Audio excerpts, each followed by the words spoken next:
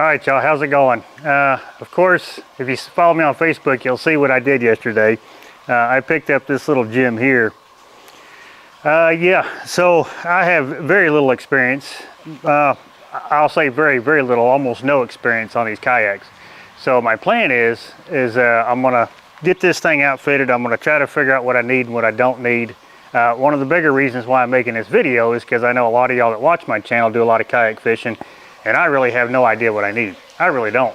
So I'm reaching out to figure out what I need. I've got some rod holders coming. That's one thing I do have. Smackdown's going to hook me up with some ways to mount this. I'm going to have to do something, you know, to help beef up the sides on this a little bit. But what I ended up getting was the Ascend H10, and that's kind of what it looks like right there. And it's a 10-foot kayak. It's not bad. I've only ever been in 2 kayaks in my life. Both times have been the worst experiences ever. But in my defense, both of them were ones like you would rent, say at a like a river float or something like that. So they're the ones you got to actually slide in. They're real small. They're not what you need for fishing and stuff like that. But this guy right here. Oh, I hope you catch a giant. Exactly. He convinced me to get one of them, and he convinced me to get this one. So he says we've got a lot of places we can go hit with this. And then I got to thinking about it. Well, I've got little creeks and little rivers and stuff around my area that I couldn't get. You know, there's no way I could get that in there because they're too narrow, and you know all that stuff is. You know, there's a whole lot of trees and logs and whatnot that's kind of falling down, and there's just no way I mean, a 14-foot John boat I think is what I had before, well, years back, that I was able to get down these creeks, but there's no way I'd get that boat down through it, and then of course, you know, be able to save the prop and stuff like that. So I'm going to go ahead and I'm going to try this. I don't know if I'm going to take it out today and try to get some practice in on it. Like I said, both times I was in a kayak, I ended up dumping both times. But so I'm going to figure out how to get everything strapped down. I think I've got a lot of that more or less figured out. I got a couple people going to help me out with some strapping ideas, and the way I can, if I do flip this thing, I won't lose everything. So we're just going to I'm going to mess around with this today, try to figure out what I got to do as far as getting it set up. More specifically, I got to get, figure out how I'm going to get these cameras set up on this thing. That's what's going to be the biggest deal I got to do, is figuring all that stuff out. But I think I'll get it. I'm going to run through it. I'm going to get some more. Like I said, the purpose of this video is mainly just to kind of let you guys know where I'm heading in the future, and I need to get some ideas. I need to get some pretty good ideas on what you guys use. A lot of the places I'll fish, now keep in mind, a lot of the places I'll fish, I'm only going to be able to run probably 2 rods, maybe 3, because it wouldn't make no sense. I've seen some of the setups you guys have sent me pictures of already, where you're running 5, 6, 7, 8 rods out the back of a kayak. I'm not going to be fishing that big of water.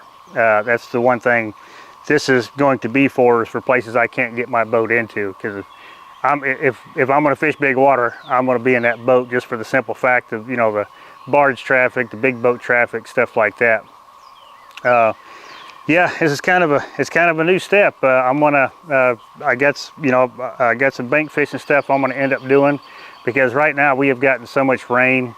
We have got so much rain that the Cumberland River it's garbage. Now some of the back creeks and stuff like I'm gonna fish, they're gonna be up. They're gonna be doing pretty good, and I think of course, like I've said before, the bigger fish are gonna move up into them creeks to get out of that main current.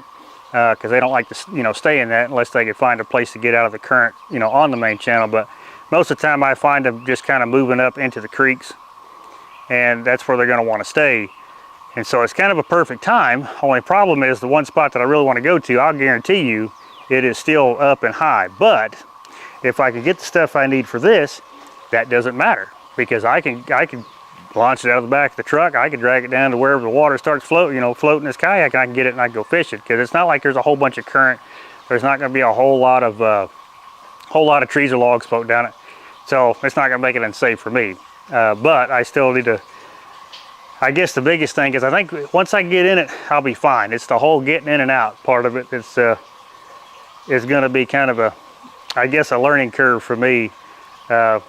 But yeah, that's basically what I'm gonna do today. I'm gonna probably hop online and look at a few things that I may need to get to purchase for this, to make it to where I can fish out of it more effectively.